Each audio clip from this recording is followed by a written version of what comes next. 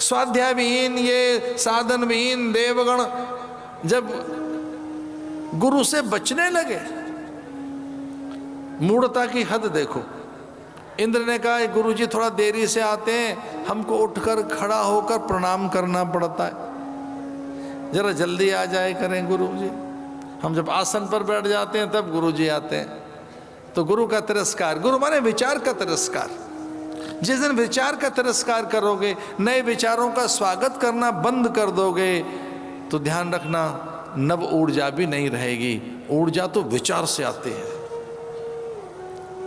एक हमारे मित्र सन्यासी उत्तर काशी में जब हम पढ़ रहे थे संत महापुरुषों के बीच में, तब रोज कुछ कुछ करते थे हम। एक छोटी छोटी वर्कशॉप चलती थी हमारी, मन क्या है, बुद्धि क्या है, प्रकृति क्या है, आवेश कैसे जीते जाएं। इस तरह से हम बहुत आरंभ काल में छोटी छोटी गोष्ठियां करते थे। साधु कुछ गीत, कविता और तरह की गोष्ठियां थी, कहानी लेखन था, यौवन था महाराज उस समय। एक तरुणाई में हमारा सन्यास हुआ, यौवन से पहले ही, अभी तो युवक में बना भी नहीं था, उससे पहले ही सन्यास। तरुण काल में ही, बाल्यकाल के बाद आंख खुली, तरुणाई में ही सन्यास हो गया।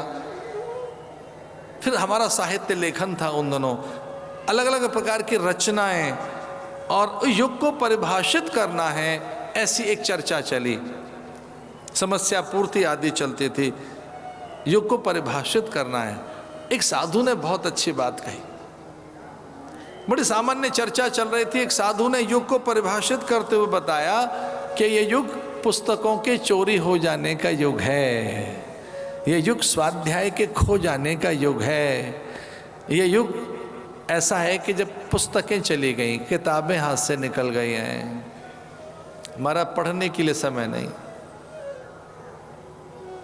मैं नहीं जानता कि आपका क्या स्थिति है, पर या तो बहुत ज़्यादा बुद्धू बक्से के सामने बैठे हैं, या मोबाइल महाराज आपके पास है, पुस्तकें नहीं हैं।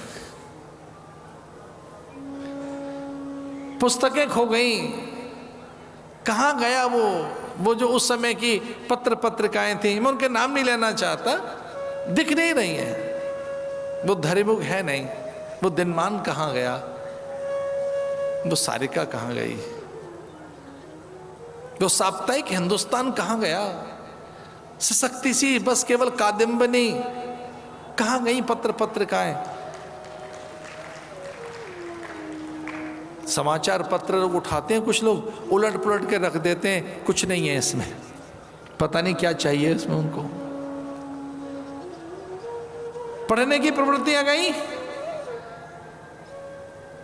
अब मैं इतना बूढ़ा तो आदमी नहीं हूं, पर सच मानिए जब मेरा बचपन और थोड़ी सी हमारी तरुणाई आई, तब हमारा वो युग उपन्यासों का युग था। उपन्यास पढ़े जा रहे थे उस समय, आज के बच्चों के हाथ नहीं लगे वो, हमने पढ़े हैं, और चोरी चोरी पढ़े जाते थे कि विद्या अभ्यास का समय, परीक्षा का समय, और ये समय ऐसा नहीं है उपन्यास पढ़े जाएं। घर की बहू बेटियां भी चुपके से पढ़ती थीं। उपन्यास खो जाने का युग है, गया उपन्यास, पत्रिकाएं गई, साप्ताहिक हिंदुस्तान गया, धर्मयुग गया।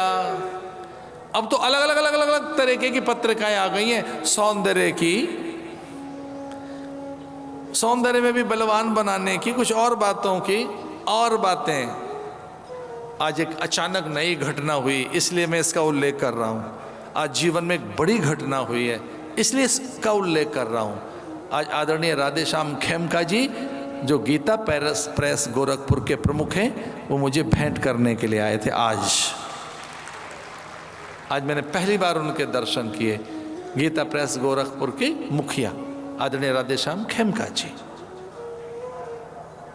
वो जब मेरे पास आए तो मैं विस्मित था, आनंदित था, आह्लादित था। कुछ खुशी पल मेरे पास थे, चूंकि कथा में मुझे आना था और वो मेरे सामने खड़े थे।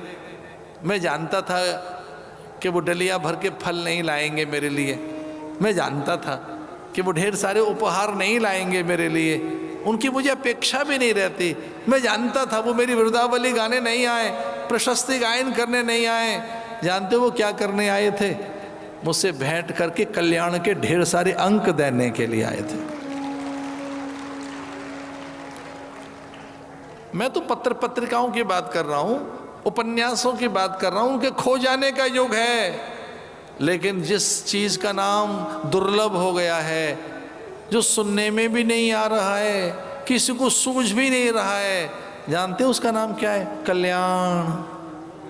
वो कल्याण मासिक पत्रिका, कल्याण मैगजीन, एक बार उसको उलट पलट कर देखो।